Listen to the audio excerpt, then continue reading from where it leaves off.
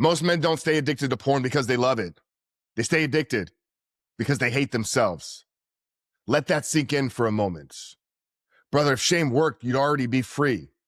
If beating yourself up created change, you wouldn't be stuck in the same cycle. But here you are. And today, I want to talk about the real prison that's keeping you trapped, because it's not porn, it's shame. And until we deal with shame, every strategy, every promise, every reset will eventually collapse under its weight. Welcome to the Rebuilt Man podcast. If you're listening to this episode, chances are you're not a lazy man. You're not stupid. You're not weak. You're not broken. You're a man who wants change, but keeps feeling pulled backward by something that he can't quite name. Well, brother, that something is shame. And shame is one of the most debilitating internal states that a man can operate from. Destroys his confidence. It keeps him living in secrecy and lies. It blocks men from stepping into their calling. And it slowly erodes your emotional and mental health. So today we're going to expose exactly how shame works, why it fuels porn addiction, and what you can begin doing starting right now to break free from it. Guys, my name is Coach Frank Rich, founder and host here. And in the last 6 years, we've helped over 1,700 men break the chains of shame, break free from pornography addiction, and step into a life of more meaning, purpose, and freedom. And in today, we're talking about shame and how it holds men back from finally breaking free. The first thing we need to do is we need to clear something up, though. And that's guilt and shame are not the same thing. Guilt is us saying we did something wrong. Shame is us saying I am wrong because of something that I did. Now that difference matters. Guilt can lead a man to correction, responsibility, and growth. But shame leads a man to hiding, numbing, and self-destruction. And most men stuck in porn are not operating from guilt. They're operating from shame. They don't just regret what they've done, they've internalized it as their identity. And once a man believes that he is the problem, change feels pointless. Now let's talk about what shame actually does to a man. The first thing shame shatters his confidence. You cannot lead externally when you despise yourself internally. A man in shame second guesses everything. He hesitates, he plays small, he self-sabotages any momentum. Not because he lacks ability, but because deep down, he doesn't believe he deserves to win. The second thing is shame thrives in secrecy. Shame hates the light. The more secret the struggle, the stronger the grip. That's why porn addiction almost always lives alone. Shame isolates you, then punishes you for being isolated. And isolation becomes a breeding ground for relapse. The third thing that shame does is it blocks purpose and calling. Men don't pursue purpose when they believe that they're unworthy of it. How could God use me? Who am I to lead? Why would my life matter? Those aren't humility questions. Those are shame questions. And shame convinces you that your calling belongs to a better version of you that never seems able to arrive. And the fourth thing here is shame erodes mental and emotional health.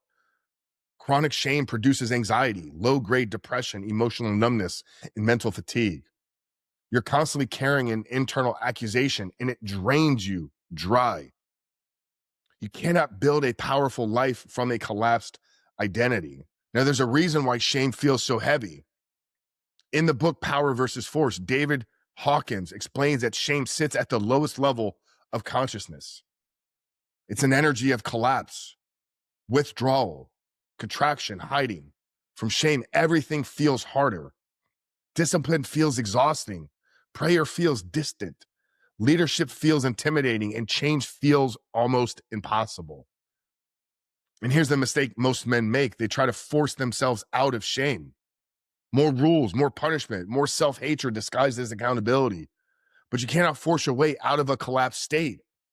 White knuckling doesn't heal shame. It reinforces the identity of a broken man trying to fix himself. Now, this is the loop that most men are stuck in. Shame creates emotional pain. Porn provides a temporary escape. Escape leads to regret. Regret deepens that shame, and the cycle repeats itself over and over and over again. Porn doesn't remove shame, it gives it somewhere to hide. This is why quitting porn alone never solves the problem, because porn isn't the root, it's the coping mechanism. Now let's talk about what actually works. Not hype, not theory, but real movement. 5 steps to begin breaking free from shame. Step number 1 is you must separate your identity from your behaviors. You're not your worst moment. Your behavior is information, not a verdict.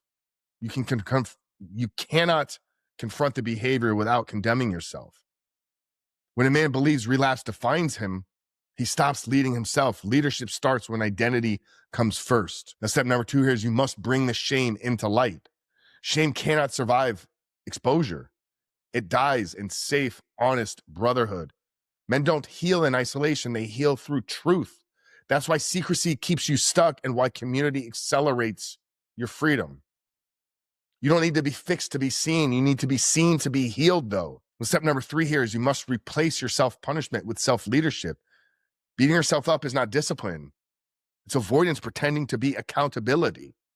Strong men don't hate themselves in the change. They lead themselves into it.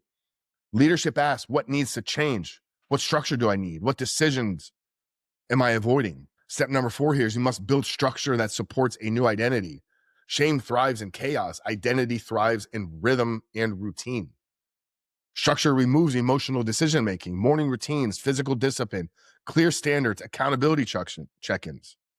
This isn't about control, it's about alignment. And step number 5 here is you must anchor to purpose, not to perfection. Freedom doesn't come from trying to be flawless. It comes from living towards something meaningful, though. Purpose pulls you stronger than shame will ever be able to push you. When a man lives for more than escape, porn loses its power. Now, at The Rebuilt Man, we don't fix broken men, we rebuild identities. From secrecies into brotherhood, from shame into strength, and from avoidance into a leadership. You don't need to become a different man to start. You need to stop hiding from the man that you already are, though. Now, if what I said here today is hitting you, it's because you're done carrying this alone. That shame that we've been discussing, it dies in community. Transformation requires a new environment, and freedom requires real structure. Now, inside the Rebuilt Man School community, you'll find brotherhood, accountability, and identity-based coaching designed to help you rebuild your life from the inside out. The best part, when you join today, there is a free trial. There's no pressure, just an opportunity to step out of isolation and into leadership. You don't need to be ready, though. What you do need to be is you need to be willing. Now understand that porn isn't your problem. Shame doesn't get to define you. And freedom doesn't begin with perfection. It begins with the truth. You can visit school.com, SKOOL.com/reboot your life, or click the link down there in the show notes below to join us today. Brother, freedom and transformation begins with truth. See you on the inside.